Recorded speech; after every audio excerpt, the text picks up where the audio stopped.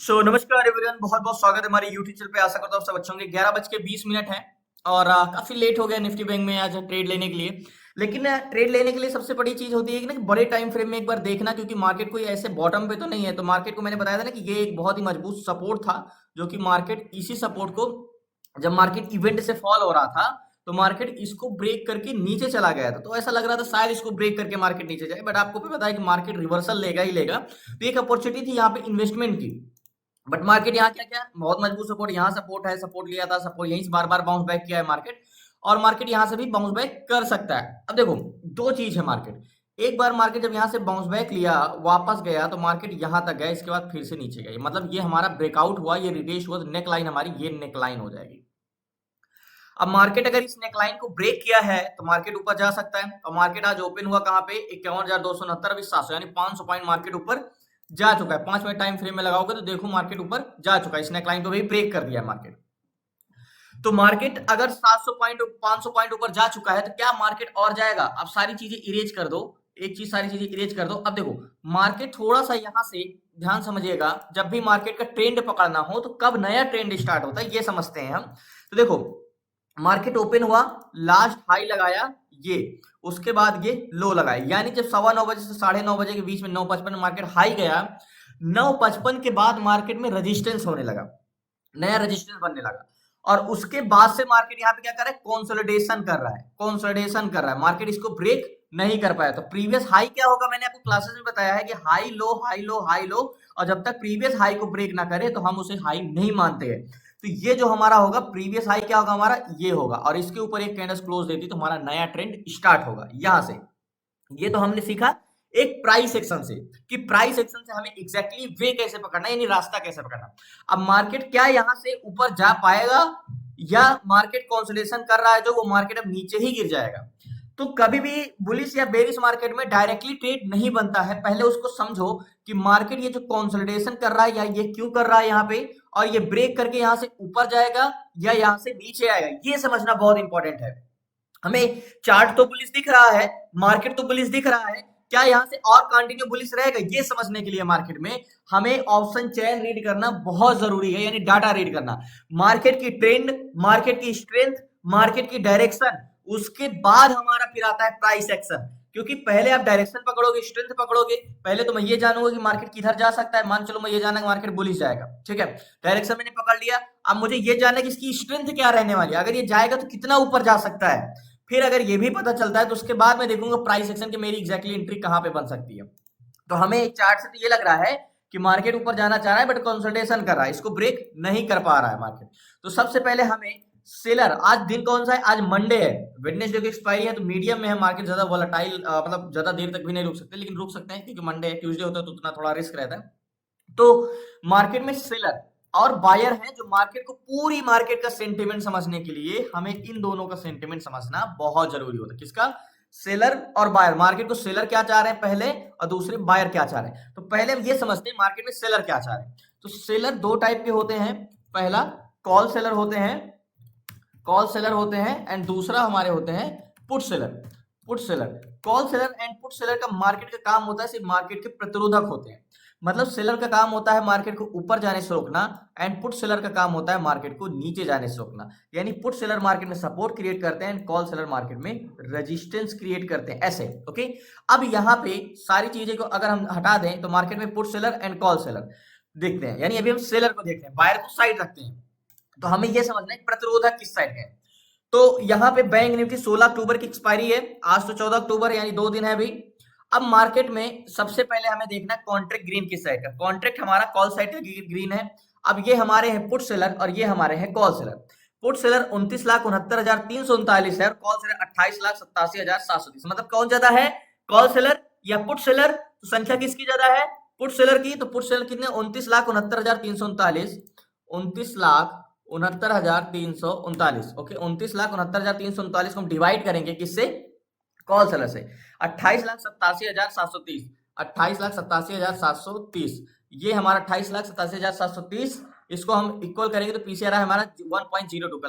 So finally जो PCR हमारा है 1.02 का, मैंने आपको क्लासेस भी बताता हूं और यहां भी बता रहा हूं और बहुत कई बार आपको बताया हूं कि पीसीआर आपको यूट्यूब पे बताया जाता है कि 1 के ऊपर रहता है तो हमें पॉजिटिव ट्रेड लेना है, निगेटिव रहता है यानी 1 के नीचे रहता है तो निगेटिव ट्रेड लेता है। मैं कहता हूं ऐसा कभी नहीं करना है। पीसीआर 1.50 हो तब भी मार्केट गिर सकता है, 0.50 हो तब भी मार्केट उठ सकता है। मतलब पीसीआर हमें यहां पे क्या आ रहा है ये इंपॉर्टेंट करता नहीं है। क्या पता मार्केट कल से पीसीआर 1.30 सुबह मार्केट 1.30 रहा हो और अभी सुबह से मार्केट घट रहा हो। अगर आपको समझना है पीसीआर की मदद लेनी है यानी सेलर क्या करना चाह रहे हैं आज मार्केट में ये समझना है तो पीसीआर कितना आया है 1.02। ठीक है, यानी कहीं ना कहीं दोनों इक्वल है कि कॉल सेलर और पुट सेलर बराबर है। अब अगर इनका दोनों का सेंटीमेंट समझना है तो हमें यह समझना होगा कि सुबह 9:15 बजे से जब मार्केट ओपन हुआ है तब से पीसीआर का क्या रोल है, यानी कॉल सेलर और पुट सेलर क्या चाह रहे हैं आज सुबह से। तो ये 1.02 हमें देख के सिर्फ पॉजिटिव ट्रेड नहीं ले लेना है और वैसे भी ये पॉजिटिव है ना निगेटिव है, ये दोनों इक्वल है यानी पुट सेलर भी कहीं ना कहीं कॉल सेलर दोनों क्लोज टू 1 के आसपास पीसीआर है। मैंने आपको बताया ना 1 पॉइंट जब क्लासेस पर आया था 1.04 के अंडर रहेगा तो हमारा इक्वल पीसीआर रहता है यानी क्लोज टू 1 का पीसीआर रहता है। तो यहाँ पे निफ्टी ट्रेडर में चलते हैं यानी चेंजेस क्या हुए आज सुबह से मार्केट में, क्या बैंक निफ्टी का रोल रहा है यानी पीसीआर का क्या रोल रहा है ये समझते हैं। तो पीसीआर जब मार्केट ओपन हुआ तो था 0.65 का, क्या था पीसीआर था हमारा 0.65 का पीसीआर था हमारा ये, और हमारा 1.02 का पीसीआर अभी है। तो यानी मार्केट में आज सुबह से सेलर का सेंटिमेंट कंटिन्यू पॉजिटिव है यानी कंटिन्यू बढ़ रहा है, कंटिन्यू मार्केट में कंटिन्यू पीसीआर बढ़ रहा है। मतलब मार्केट में कौन ऐड हो रहा है पुट सेलर। तो मार्केट में पुट सेलर जब ऐड होंगे तो पुट सेलर का काम क्या है मार्केट को नीचे जाने से रोकना यानी सपोर्ट मजबूत करना। तो मार्केट में आज सुबह से क्या मजबूत हो रहा है सपोर्ट। अगर सपोर्ट मजबूत हो रहा है तो हमें क्या करना चाहिए बाई। लेकिन ये सिर्फ मार्केट को नीचे जाने से रोकने के लिए काम है। मार्केट खुद क्या करना चाह रहा है बायर डिसाइड करता है मार्केट कहां जाना चाह रहा है। तो मार्केट को समझने के लिए हमें एक जोन खींचना है। मान चलो हमने ये 700 का जोन खींचा, ये हमारा राउंड फिगर जोन हो गया। ठीक है, ये 700 का जोन है कौन सा 51,700। इसको थोड़ा सा हम यहाँ पे call seller and put seller को रखते हैं, call buyer and put buyer को रखते हैं यहाँ पे। तो हमने सेलर का सेंटीमेंट और बायर का सेंटीमेंट समझा। तो सेलर क्या चाह रहे हैं मार्केट को ऊपर ले जाना, बायर का भी हमें नहीं पता है क्योंकि पीसीआर सुबह से कंटिन्यूटी इंक्रीज हो रहा है। अब देखो ये जो मैंने हॉरिजॉन्टल जोन खींचा, मान के चलो एक बस स्टॉप है, क्या है एक बस स्टॉप है, मार्केट एक बस है और सेलर उस बस के प्रतिरोधक है जो मार्केट को ऊपर या नीचे जाने से रोकते हैं। ओके, तो ये क्या है हमारा हॉरिजॉन्टल जोन एक बस स्टॉप है, मार्केट क्या है हमारा एक बस है, क्या है एक बस है, सेलर इसके प्रतिरोधक है। तो हमें एड द मनी का डाटा भी जानना होगा, एक बार रिफ्रेश कर लेते हैं। तो 51,700 पे कॉल सेलर 1,29,000 लोग है 700 के जोन पे, सॉरी 700 के 600 है ये 700, 1,29,862 ये कॉल सेलर है। ये क्या है ये कॉल सेलर है। ये कह रहे हैं कि इतने लोग मार्केट को 700 से ऊपर नहीं जाने देंगे, इतने लोग मार्केट को ऊपर नहीं जाने दे रहे हैं 1,29,000। और यहाँ को पुट सेलर कितने यानी सपोर्ट कौन क्रिएट कर रहा है, सपोर्ट क्रिएट करने के लिए 1,16,467 है ये पुट सेलर है जो मार्केट को नीचे नहीं जाने देंगे। अब यहाँ पे मार्केट में किसकी संख्या ज्यादा है कॉल सेलर की, मतलब मार्केट को ऊपर जाने से रोकने वाले की संख्या ज्यादा है। तो मार्केट इसलिए 700 को ब्रेक नहीं कर पा रहा क्योंकि कॉल सेलर की संख्या ज्यादा है। अब बात करते हैं पैसेंजर, मार्केट में वॉल्यूम किस साइड का ज्यादा है। तो यहाँ पे हमने ये जाना 700 के जोन पे कॉल सेलर की संख्या ज्यादा है, लेकिन अभी हमने ये नहीं देखा कि जाहिर सी बात है कंटिन्यू पुट सेलर तो बढ़ ही रहेगा क्योंकि पीसीआर तो बढ़ रहा है। अब यहाँ पे 51,700 पे कॉल बायर 20,13,060 है ये कॉल बायर, यानी इस बस में पैसेंजर हैं जो कि 20 लाख पैसेंजर हैं जो कि मार्केट में इस बस में बैठे हुए हैं इस बस स्टॉप पे कि हमें बुलिश जाना है। ओके, और इसी जोन पे 700 के जोन पे पैसेंजर 11,27,000 ये पैसेंजर जो है ये मार्केट में नीचे जाने के लिए बैठे हैं। अब ये बताओ बेरिश जाने वाले बस में पैसेंजर कितने हैं 11 लाख एंड बुलिश जाने के लिए पैसेंजर कितने हैं 20 लाख। तो बस किधर जाना चाहेगा बुलिश या बेरिश, यानी मार्केट किधर जाना चाहेगा बुलिश। देखो बस वहीं चलता है जहां उसके पैसेंजर, क्योंकि वहां जाने के लिए उसको फायदा है। तो जहां मार्केट में ज्यादा वैल्यूम है मार्केट तो वहीं जाएगा। तो 20,13,000 कॉल बायर है, मात्र 11 लाख यानी दुगना वैल्यूम है। ओके, ओवरऑल एक बार सीपीआर देख लेते हैं कि ओवरऑल मार्केट में वैल्यूम क्या है। तो यहाँ पे सीपीआर तो ओवरऑल वैल्यूम 2,27,00,000 और 1,52,00,000 कॉल बायर, यानी 227 कॉल बायर है 227। ये कॉल बायर माइनस करेंगे पुट बायर से, पुट बायर कितने 152 तो इक्वल करेंगे तो पीसीआर सीपीआर हमारा है 0.75 यानी वैल्यूम 0.75 आया है, 75 आया है, यानी कॉल बायर की संख्या 75। सीपीआर हमारा जो है वो हमारा, एक बार मैं सीपीआर नोट डाउन कर दे रहा हूं मार्केट में। सीपीआर, इससे हमें पता चलता है कि मार्केट में बढ़ क्या रहा है, 0.75 है, जो कि 75 लाख वैल्यू कॉल बायर ज्यादा है ओवरऑल।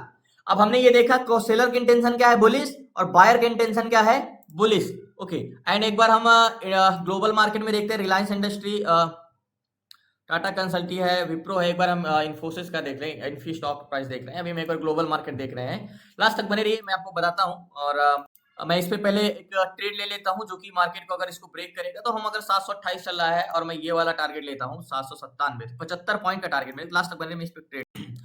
सो फाइनली बहुत बड़ी क्वांटिटी नहीं, मात्र 3 लॉट लिया है और 51,600 का सी लिया है। मेरी बाइंग प्राइस यहाँ के 340 की है, अभी 338 336 चल रहा है, और 51,600 का सी लिया है 340 के प्राइस में।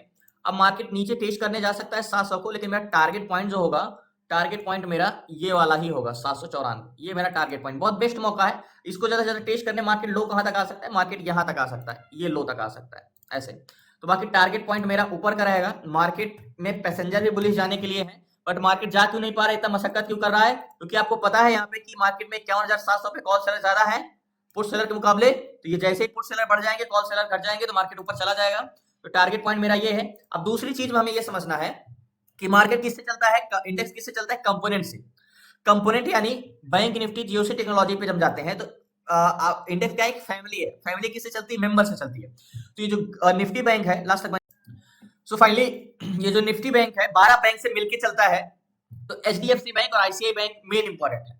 अब हमें ये देखने के लिए हमें सबसे पहले एक एचडीएफसी बैंक का, मैंने आपको क्लासेस में बताया स्टॉक ऑप्शन चेन देखने का तरीका, क्योंकि हम किसी भी स्टॉक का ऑप्शन चेन देख के ये बता सकते हैं कि वो स्टॉक कैसा मूवमेंट करेगा, रिवर्सल कर सकता है, इसकी स्ट्रेंथ क्या है। तो जाहिर सी बात है, जैसे एचडीएफसी बैंक और आईसीआई बैंक मूवमेंट करेगा, वैसे निफ्टी बैंक मूवमेंट करेगा। तो एक बार हम एचडीएफसी बैंक को देखते हैं। तो एचडीएफसी बैंक का फुल कॉन्ट्रैक्ट ग्रीन है, 71,000 एंड 34,000।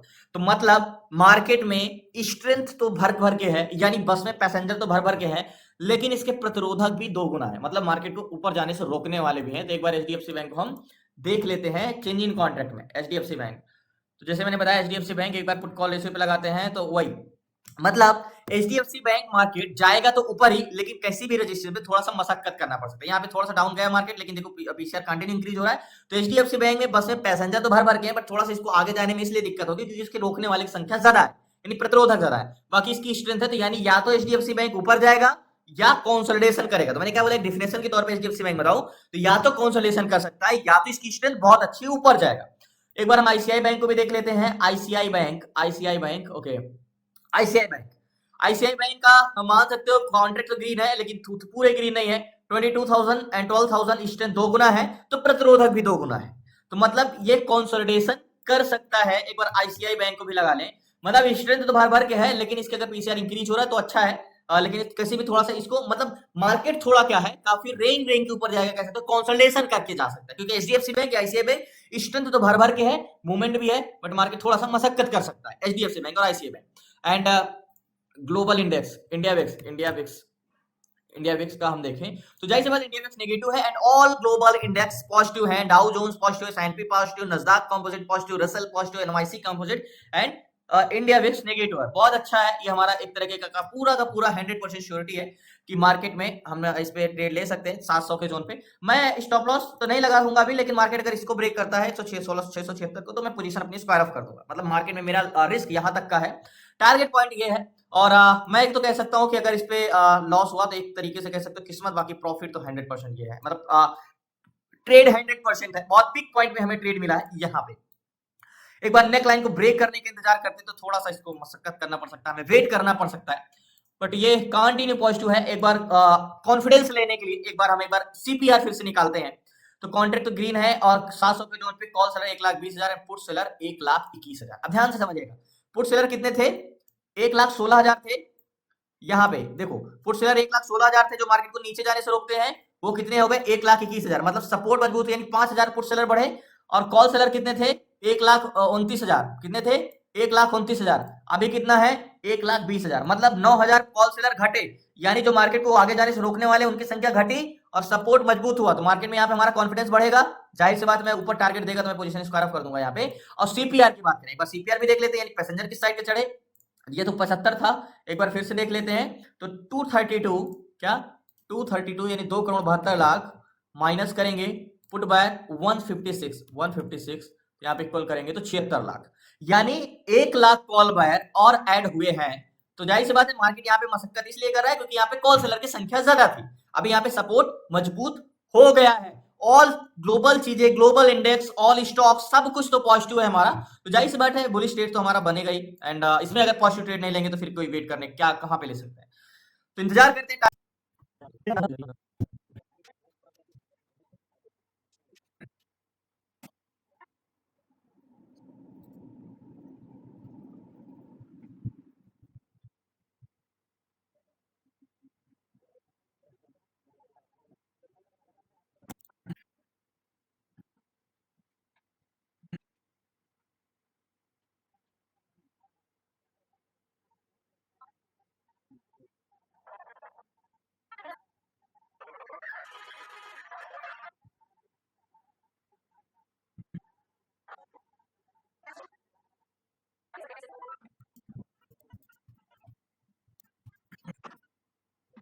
सो फाइनली याद होगा सीपीआर यानी वैलोम जो कि 76 लाख थे, पहले 75 लाख थे, यहाँ पे हमने ऊपर नोट डाउन किया था शायद, यहाँ पे ये सीपीआर हमारा 75 लाख था और उसके बाद 76 लाख हुआ।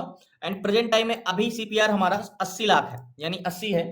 तो कंटिन्यू वैल्यूम जो है किस साइड का ऐड हो रहा है, वैल्यूम तो कॉल साइड का ही ऐड हो रहा है, यानी बुलिश इंटेंशन ही है।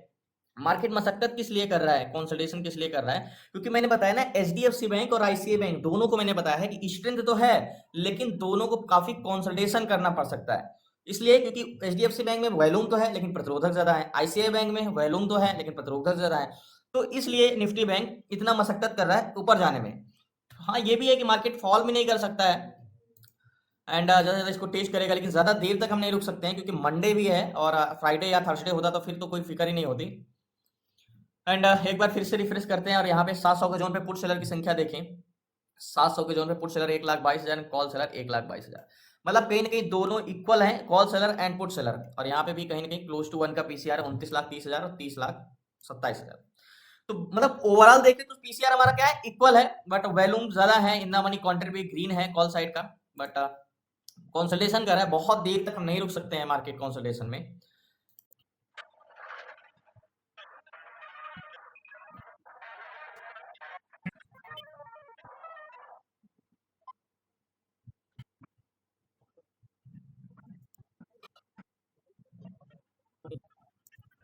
सो फाइनली जैसे बोला ना कि मार्केट कंसोलिडेशन इसी रीजन से ही कर रहा है, एचडीएफसी बैंक और आईसीआई बैंक की वजह से, क्योंकि मैंने आपको एक उसमें बताया था कि मार्केट ऊपर जाना तो चाह रहा है बट उसमें प्रतिरोधक एचडीएफसी बैंक और आईसीआई बैंक में बहुत ज्यादा है। तो वो जैसा मूवमेंट करेगा वैसे निफ्टी बैंक मूवमेंट करेगा, बट यहाँ के बायर तो पूरे के पूरे आपको दिख रहे हैं, यहाँ से तो मार्केट बिल्कुल भी बुलिश लग रहा है, लेकिन ये कंसोलिडेशन करने की वजह ही सिर्फ वो कंपोनेंट है। बट इसमें बेरिश ट्रेड भी तो लिया नहीं जा सकता, ट्रेड बिल्कुल सही है, अगर हमारे अगेंस्ट भी जाता है मार्केट तो मुझे बिल्कुल भी नहीं होगा, क्योंकि ये फिर हमारे नॉर्मली मार्केट ऐसा बिहेव करता नहीं है, फिर वो ऐसा एक मार्केट आपकी कोई इवेंट से गिर जाए या कुछ ऐसे गिर जाए तो फिर वो नॉर्मली होता है। बट यहाँ पे मेरा इंटेंशन पॉजिटिव है, हम थोड़ी देर और रुकेंगे, बट अगर ज्यादा देर तक मार्केट कंसोलिडेशन करता है तो फिर मार्केट में एग्जिट करना होगा, क्योंकि टाइम डिके भी होगा मार्केट में। तो एचडीएफसी बैंक और आईसीआई बैंक हमें बुलिश तो है, पूरा का पूरा मार्केट भी बुलिश है, बट देखते हैं।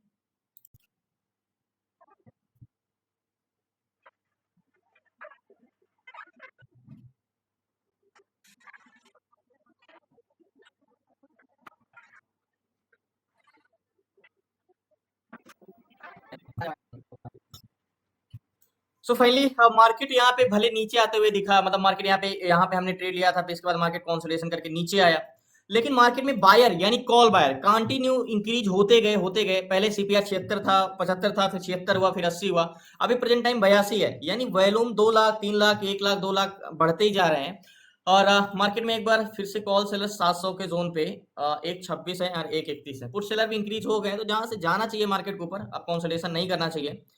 टाइम डिके का भी फिक्र है, तो ज़्यादा से ज़्यादा हम 12:30 बजे के बाद नहीं रुक सकते मार्केट में, लास्ट 12:30 बजे है, तो अभी 12:11 है और लोग ये बॉटम को टेस्ट कर लिया है, शायद हम मार्केट मूवमेंट करें।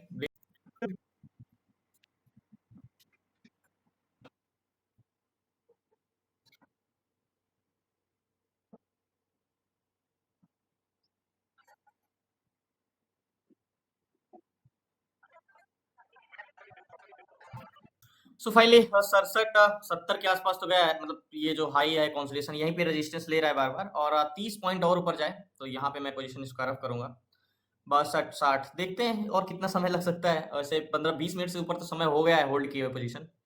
मैंने क्या बोला ना कि जब मैंने आपको शुरू में ही बता दिया था, मार्केट काफी रेंज रेंज के ऊपर जाएगा, मतलब बड़ी उसको मशक्कत करना पड़ेगा ऊपर, ये चीज मुझे पहले से ही पता चल गया था। और हाँ, आज या तो मंगलवार होता तो मैं इस पे ट्रेड भी नहीं करता विदाउट कंफर्मेशन, यानी नेक लाइन के ऊपर जब तक कैंडल्स क्लोज नहीं देता, क्योंकि वहां पे तो फिर प्रीमियम डीके का लॉस ही हो जाता। तो मंडे था इसलिए मैंने ट्रेड ले लिया है, बट काफी कंसोलिडेशन करके मार्केट जाएगा तो ऊपर, लेकिन बहुत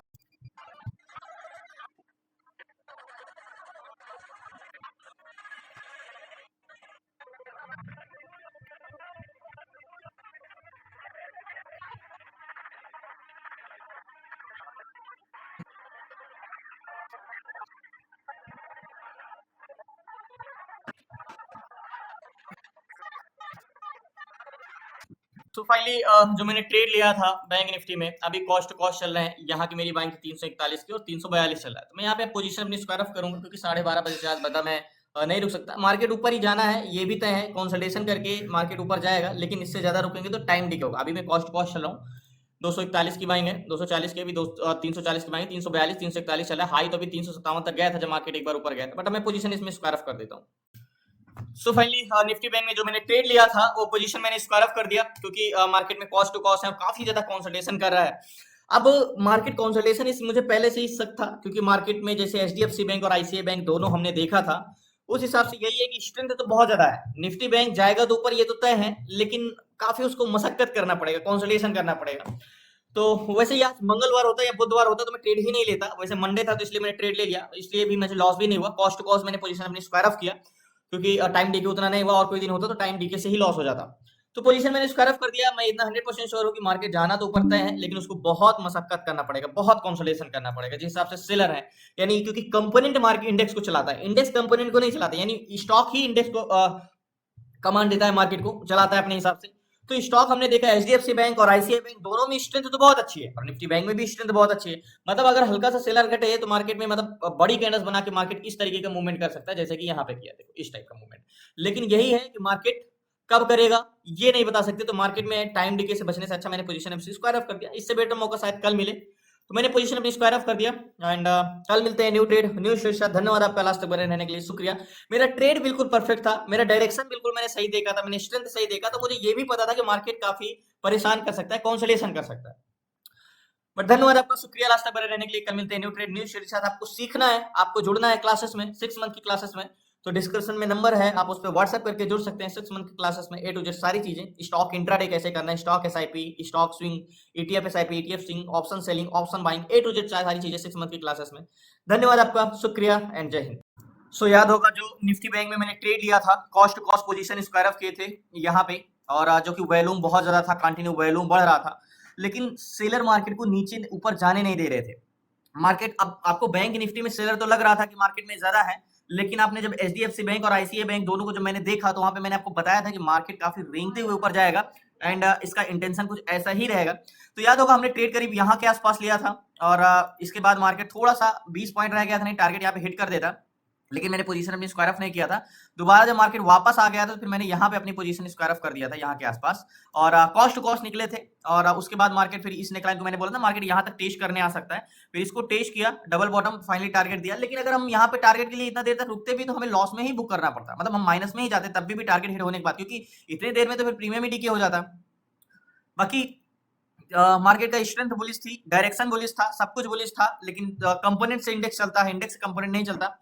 तो वो स्टॉक का जब हमने देखा कि सेलर प्रतिरोधक वहां पे स्टॉक को ऊपर जाने नहीं दे रहे थे, तो स्टॉक जब ऊपर नहीं जाएगा तो इंडेक्स ऊपर कैसे जाएगा। इसीलिए ठीक है, हमारा ट्रेड था, हमें कोई प्रॉब्लम नहीं, क्योंकि हमारी डायरेक्शन, हमारी एनालिसिस सब कुछ सही था, टारगेट भी दिया, बट ठीक है, हमने कॉस्ट टू कॉस्ट पोजीशन अपनी स्क्वायर ऑफ कर दिया, और जाहिर सी बात है अगर बने रहते तो लॉस में बुक करना पड़ता, और जैसा सेंटीमेंट जैसे सोचे थे मार्केट वैसे ही बिहेव किया। ये चीजें बहुत जानना जरूरी होता है। देखो इंडेक्स में मैं आपको बोलता हूँ, स्टॉक में ट्रेड करना स्टॉक है आसान है, स्टॉक में ट्रेड करना बहुत डिफिकल्ट नहीं होता, क्योंकि उसमें चेंजेस पकड़ने नहीं होते। इंडेक्स में ट्रेड करना डिफिकल्ट होता है, क्योंकि उसमें चेंजेस पकड़ने होते हैं, और इसमें हमने चेंजेस पकड़ा, वो कंटिन्यू बुलिश हो भी रहा था, ये भी मुझे पता था ये टारगेट देगा, लेकिन समय लगा के देगा, और समय लगा के देगा तो फिर तो कोई मतलब नहीं रहेगा, इसलिए मैंने पोजीशन स्क्वायर ऑफ कर दिया। और आज फ्राइडे होता तो या थर्सडे होता तो मैं पोजीशन स्क्वायर ऑफ नहीं करता, और ट्यूसडे होता तो मैं ट्रेड ही नहीं लेता।